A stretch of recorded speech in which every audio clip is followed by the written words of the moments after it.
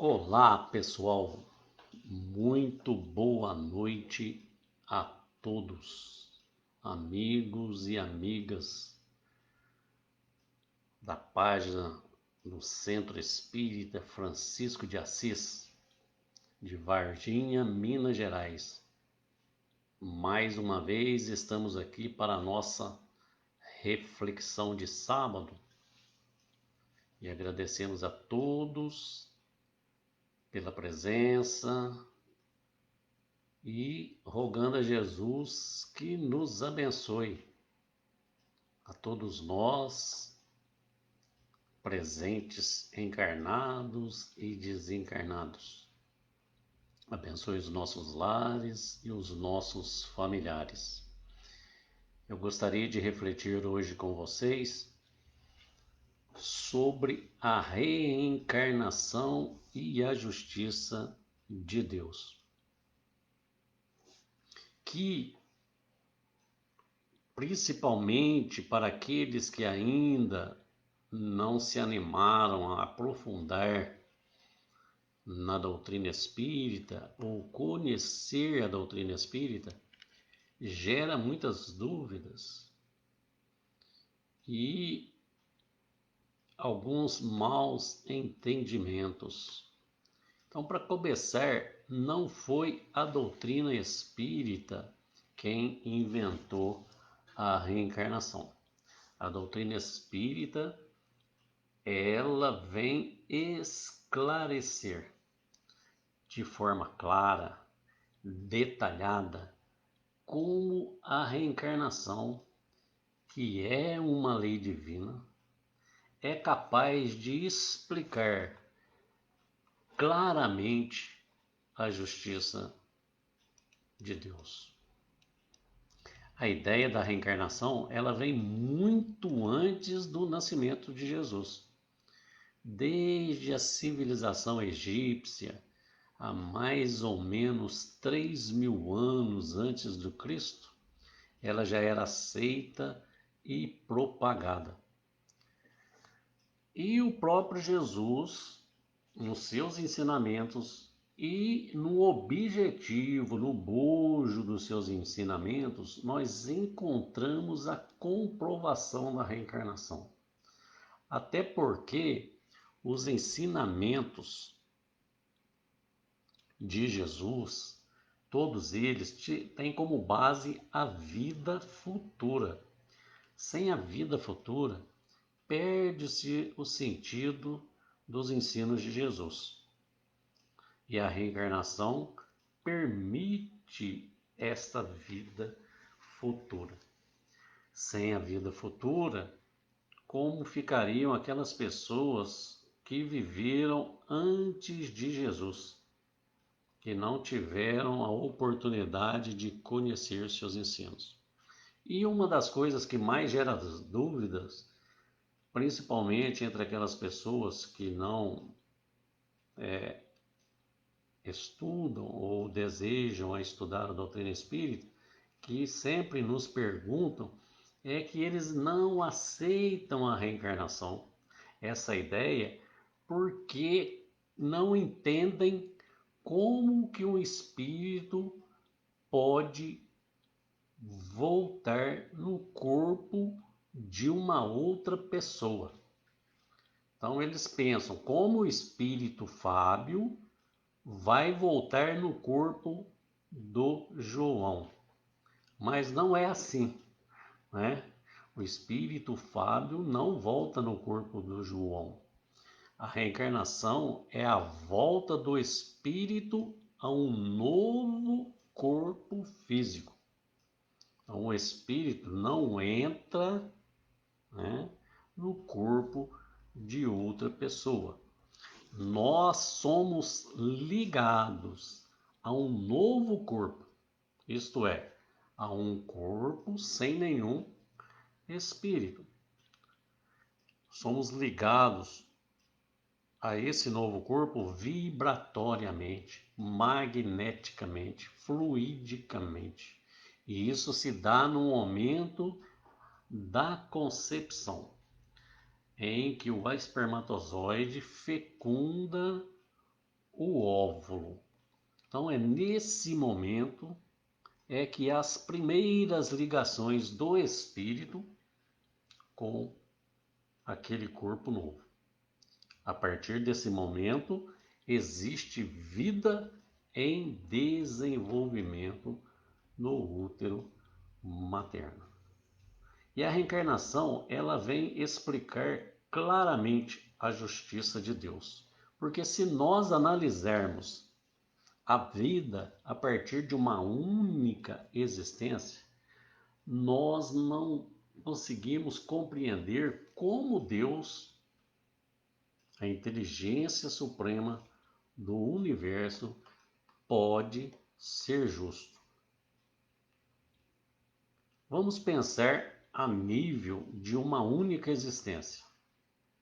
Como haveria justiça se uns nascem com todas as possibilidades de progresso intelectual, principalmente de estudar, nascem saudáveis, em berços de ouro, no dizer popular, né? Nascem ricos, bonitos, inteligentes e com uma saúde de ferro, enquanto outros nascem em total penúria, em total miséria, sem nenhuma estrutura moral, sem nenhuma estrutura financeira e, no dizer popular, nascem pobres, feios, doentes e muitas vezes de raciocínios deficientes, sem contar a grande quantidade de crianças e jovens que já nascem com doenças terminais. Crianças de 2, 3 anos com câncer agressivos que vão fazer com que elas vivam na carne apenas alguns anos. Como pensar, considerando uma única vida, uma única existência, como pensar que Deus, que é Pai, possa tratar seus filhos de forma tão diferente? Dando a uns muito dinheiro, muita saúde, estrutura acadêmica, social, financeira, e a outros nada.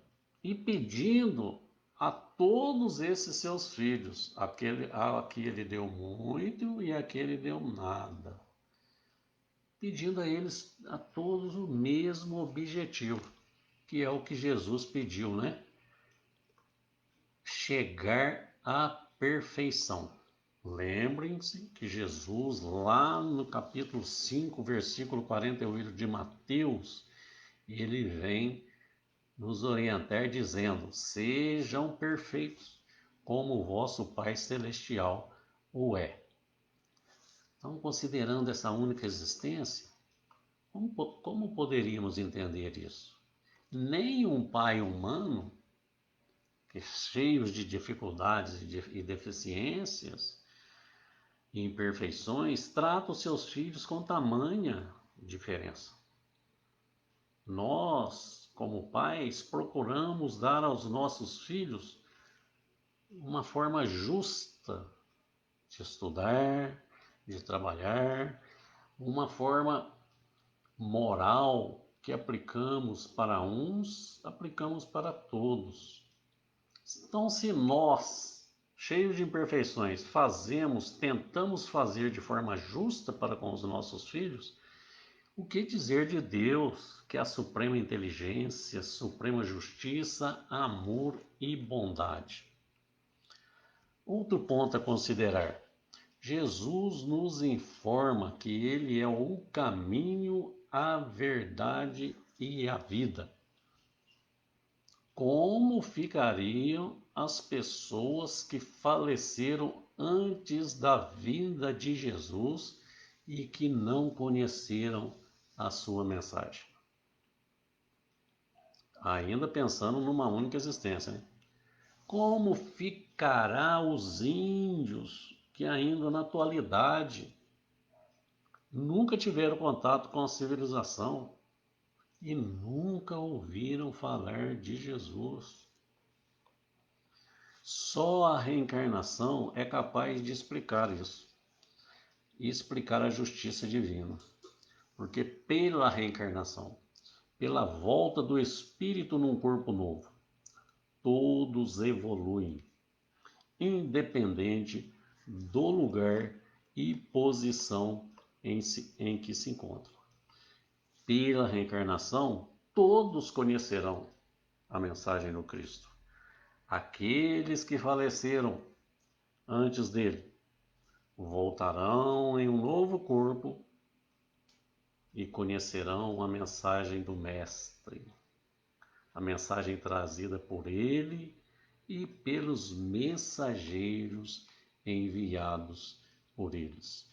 Os índios que hoje não têm contato com a civilização, posteriormente reencarnarão em um novo corpo e terão contato com essa civilização e aprenderão academicamente e espiritualmente as mensagens de Jesus e dos seus mensageiros. E como a gente está em constante evolução, se não for em uma existência esse aprendizado, será em outra. Em uma existência nós poderemos conhecer a mensagem do Cristo e rejeitar, como muitas vezes rejeitamos em vidas passadas, mas em novas oportunidades, reencarnados, teremos a chance, a oportunidade de melhor aceitar e conhecer e aplicar essa mensagem, e assim por diante. Pela reencarnação, portanto, todos nós teremos as mesmas oportunidades de evolução. As deficiências, as doenças, as dificuldades não se apresentam mais como graças ou castigos de Deus, mas como colheita de uma plantação realizada pelo próprio Espírito em várias existências através do seu livre-arbítrio e da sua liberdade de escolha. Então, deficiências hoje, doenças terminais, doenças difíceis, agressivas, dificuldades, são aprendizados e colheitas de desalinhamentos que realizamos em outras existências passadas pela nossa liberdade de escolha. Mas todos nós, independente do que somos hoje, chegaremos ao objetivo definido por Jesus, que é a pureza do Espírito. Agora, o tempo para isso vai depender do esforço e das escolhas de cada um de nós, que podemos apressar ou retardar o nosso progresso espiritual. É como o bom aluno e o mau aluno, né? Se não valorizarmos as aulas da existência, poderemos levar bomba, né? E ter que repetir um ano. Isso é, se não aproveitarmos as oportunidades de aprendizado numa existência, poderemos voltar para repetir os mesmos aprendizados, as mesmas dificuldades para fortalecer aquilo que realmente nós acreditamos. É interessante que lá no capítulo 5, versículo 29 de João, Jesus vem dizer o seguinte: aqueles que fizerem o bem renascerão para a ressurreição da vida, e aqueles que fizeram o mal renascerão para a ressurreição da condenação. Bacana, né?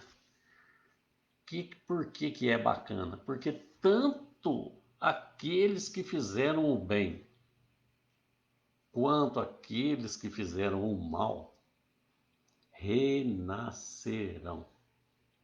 Essa é uma lei de justiça. Esta é a lei da reencarnação. Os que fizeram o bem renascerão para usufruir da paz e para mostrar aos outros como vale a pena fazer o bem.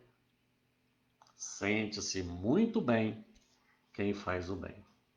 Os que fizeram o mal, não existe, pelo dizer de Jesus nesse versículo, uma condenação eterna.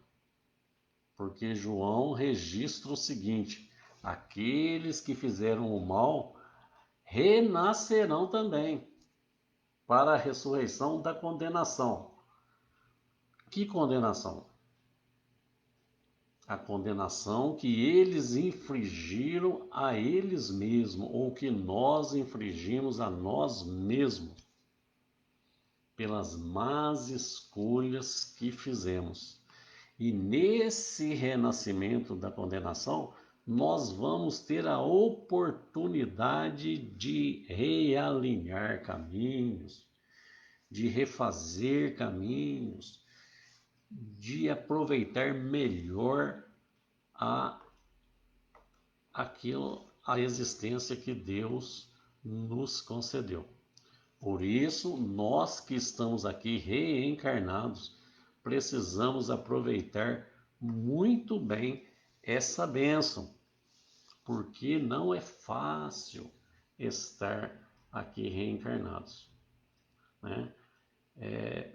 Precisamos de um determinado merecimento ou de uma determinada proposta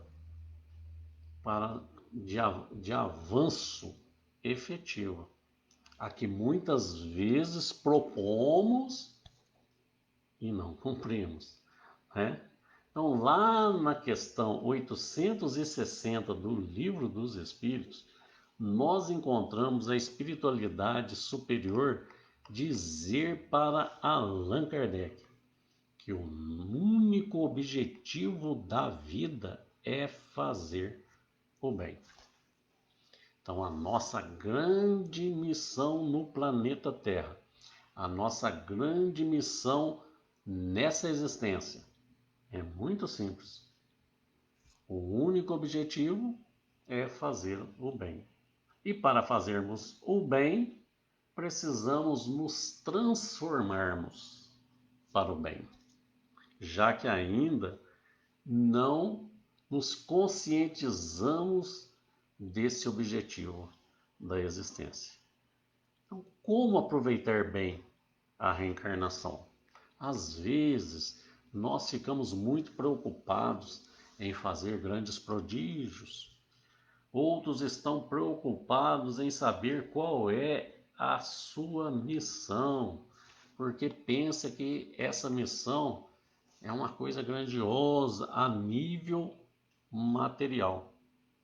Mas se nós analisarmos esta resposta dos benfeitores espirituais no Livro dos Espíritos, nós vamos perceber que se o único objetivo da vida é fazer o bem, não importa onde e com quem estamos.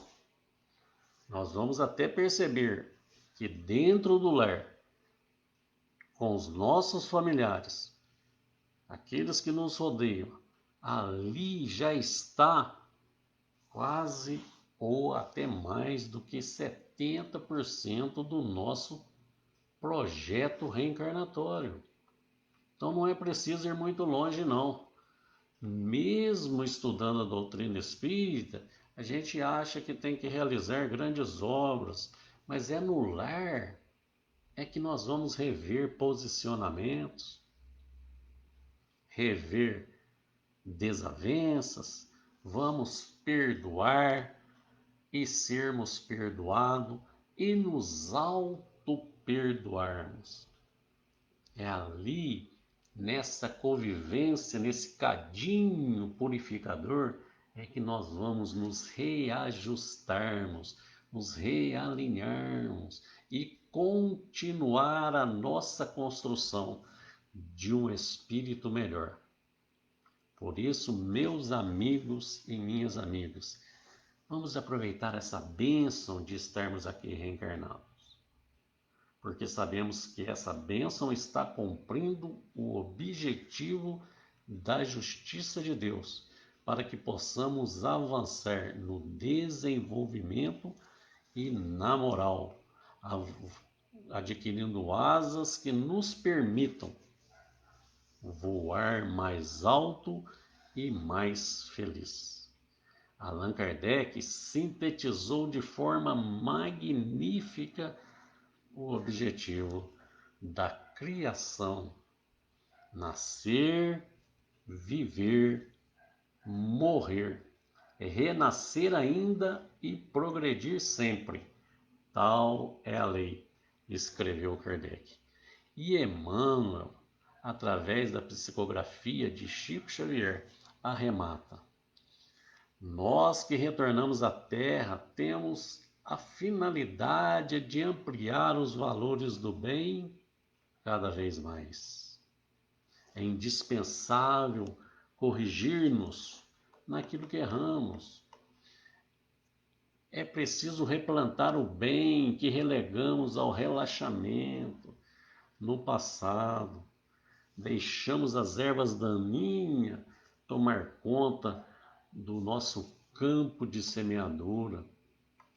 É preciso levantar aqueles que nós impelimos à queda, amar aos que aborrecemos, acender alegria nos corações que lá atrás encharcamos de lágrimas. Estamos hoje, diz Emmanuel, no lugar e na posição em que podemos fazer mais e melhor, através de tudo aquilo que somos capazes de sentir, de pensar, de falar ou fazer para todas aquelas pessoas que nos rodeiam e que se aproximam de nós. Então, meus queridos amigos e amigas, reavaliemos essa oportunidade abençoada e valiosa de aqui estarmos para cumprir o único objetivo da vida, segundo os amigos espirituais: fazer o bem. Essa é a nossa reflexão de hoje. Mãos à obra. Estaremos juntos novamente no próximo sábado às 19 horas. Que Jesus nos abençoe e abençoe a todos. Muita paz, um excelente domingo e um grande beijo. Fiquem todos com Deus.